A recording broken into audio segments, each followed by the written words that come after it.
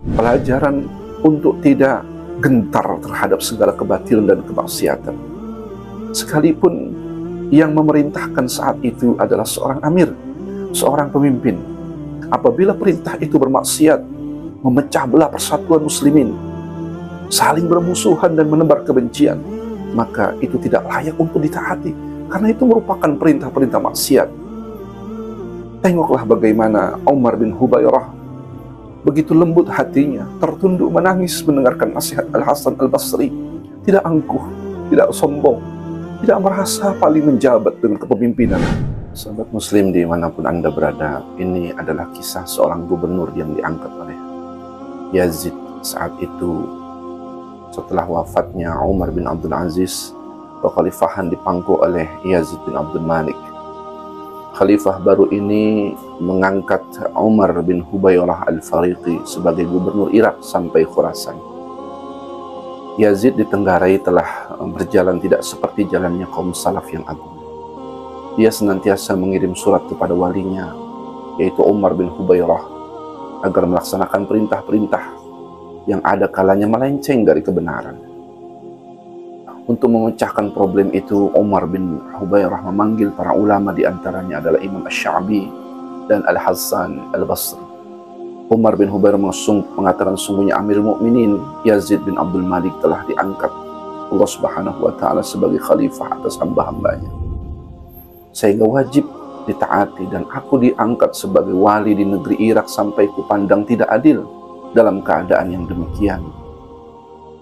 Bisakah kalian memberikan jalan keluar untuk apakah aku harus mentaati perintah-perintahnya yang bertentangan dengan agama? Ini pertanyaan Umar bin Hubairah kepada dua ulama besar. Imam Asy-Sya'bi menjawab dengan jawaban yang lunak, yang sesuai dengan jalan pikiran pemimpinnya itu. Sedangkan Al-Hasan Al-Basri tidak berkomentar, sehingga Umar menoleh kepadanya dan bertanya, "Wahai Abu Sa'id, bagaimana pendapat?"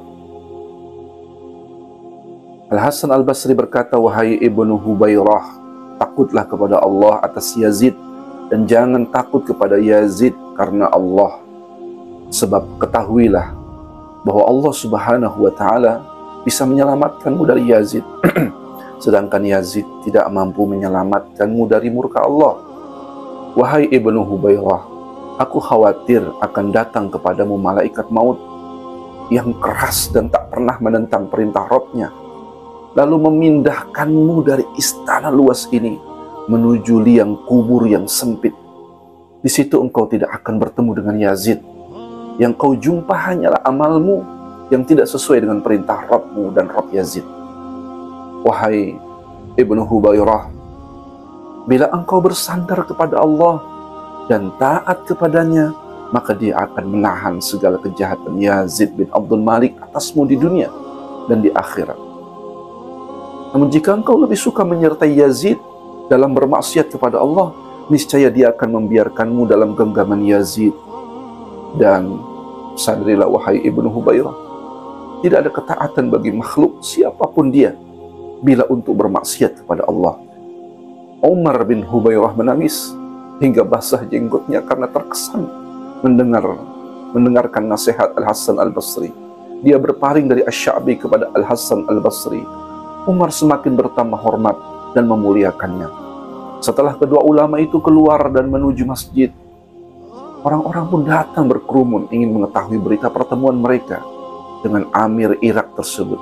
Imam Asy-Sya'bi kemudian menemui mereka dan berkata, Wahai kaum, barang siapa yang mampu mengutamakan Allah atas makhluknya dalam segala keadaan dan masalah, maka lakukanlah. Demi yang jiwaku ada di tangannya, semua yang dikatakan Hasan Al-Basri kepada Umar bin Hubairah juga aku ketahui, tapi yang kusampaikan kepadanya adalah untuk wajah. Sedangkan Hasan Al-Basri menyampaikan kata-katanya demi mengharapkan wajah Allah Subhanahu wa taala. Maka aku singkirkan Allah Subhanahu wa taala dari Ibnu Hubairah, sedangkan Hasan Al-Basri didekati dan dicintai. Maka sungguh ini hikmah dan pelajaran yang luar biasa dari dua ulama besar di kalangan para salaf di masa itu, di kalangan para tabi'in di masa itu. pelajaran untuk tidak gentar terhadap segala kebatilan dan kemaksiatan. Sekalipun yang memerintahkan saat itu adalah seorang amir, seorang pemimpin. Apabila perintah itu bermaksiat, memecah belah persatuan muslimin, saling bermusuhan dan menebar kebencian, maka itu tidak layak untuk ditaati, karena itu merupakan perintah-perintah maksiat. Tengoklah bagaimana Umar bin Hubairah, begitu lembut hatinya, tertunduk menangis mendengarkan nasihat Al-Hasan Al-Basri. Tidak angkuh, tidak sombong, tidak merasa paling menjabat dengan kepemimpinan, karena nasihat Al-Hasan Al-Basri menyadarkan kita bahwa kehidupan di dunia ini hanya sesaat.